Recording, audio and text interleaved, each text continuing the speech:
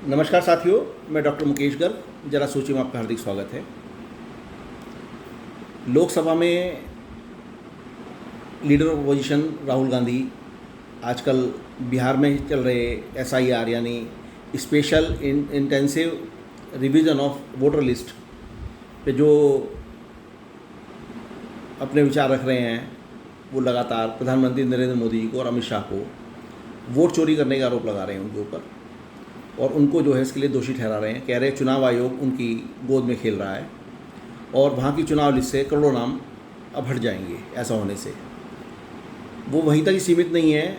उन्होंने जिस दिन से लोकसभा की मानसून सेशन की स्टार्टिंग हुई है, उस दिन से इस मुद्दे के ऊपर वो हंगामा बर्पा किए हुए हैं और लगातार उन्होंने जो है अपनी कार्रवाई को रोका हुआ है।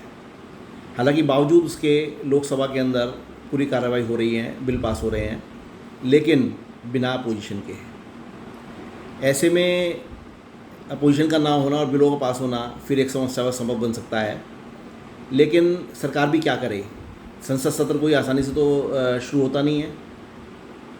लेकिन राहुल गांधी की बात को उस समय बल मिलना चाहिए था जब वो लोग सुप्रीम कोर्ट पहुँचे इस मुद्दे को लेकर।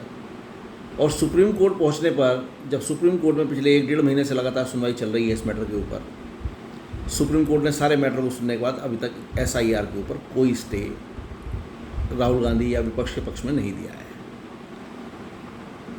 लगातार उन्होंने चुनाव आयोग को काम करते रहने के लिए कहा है और उनकी प्रक्रिया को संवैधानिक बताया है। आज फिर वहाँ पे कार्रवाई प्रारंभ हुई और लंबी कार्रवाई चली। कपिल सिब्बल जो याचिकाएं बिहार के लोगों की तरफ से लगाई गई थी, उनकी तरफ से खड़े हुए। प्रशांत भूषण जो है एडीआर की तरफ से खड़े हुए, और योगेंद्र यादव अपने व्यक्तिगत कैपेसिटी के अंदर खड़े हुए कोर्ट के अंदर।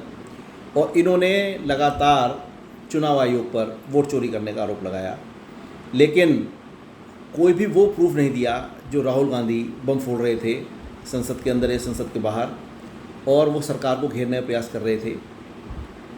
1-2 लोगों के विषय में जब कपिल सिब्बल जी ने ये कहा कि भाई ये लोग मर चुके हैं और इनके वोटर लिस्ट में नाम अभी भी मौजूद हैं, और 2-3 लोगों के बारे में जब उन्होंने कहा कि ये लोग जीवित हैं, उसके बाद भी उनके नाम वोटर लिस्ट से गायब हैं, तब चुनाव आयोग ने इससे ये कहा कि ये जो हमने मतदार सूची दी है ये सिर्फ ड्राफ्ट है, और 30 दिन का जो समय अपनी आपत्ति लगाने के लिए दिया गया वो इसीलिए दिया गया है कि कोई गलती से किसी का नाम छूट गया हो तो वो उस नाम में उसमें जुड़ जाए, और कोई नाम गलत जुड़ जाए तो वो हट जाए।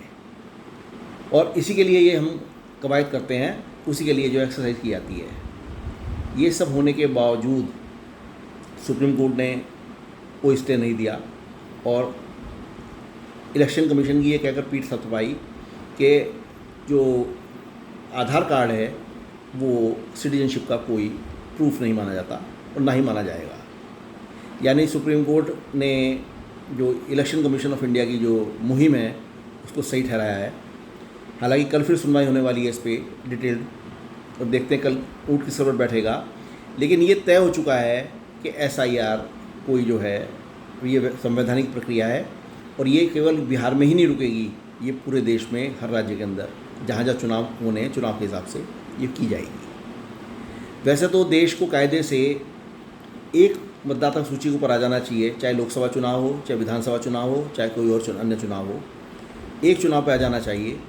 लेकिन फिर भी देश के अंदर अलग अलग चुनावों के लिए अलग अलग मतदाता सूची का चलन चल रहा है और अभी भी वो चलता रहेगा। सरकार को चाहिए कि चुनाव आयोग को निर्देशित करे कि सब चुनाव के लिए एक सिंगल चुनाव लिस्ट हो और उसको आधार नंबर से जो है जोड़ा जाए। हालांकि आधार कार्ड दुनिया भर के फेक कार्ड बन रहे हैं, दुनिया भर का जो इसके अंदर भ्रष्टाचार और वो हो रहा है। लोग राज्य सरकारें अपने अपने हिसाब से अपने मतदाताओं की सूचियाँ तैयार करा रही हैं आधार कार्ड के आधार पर, लेकिन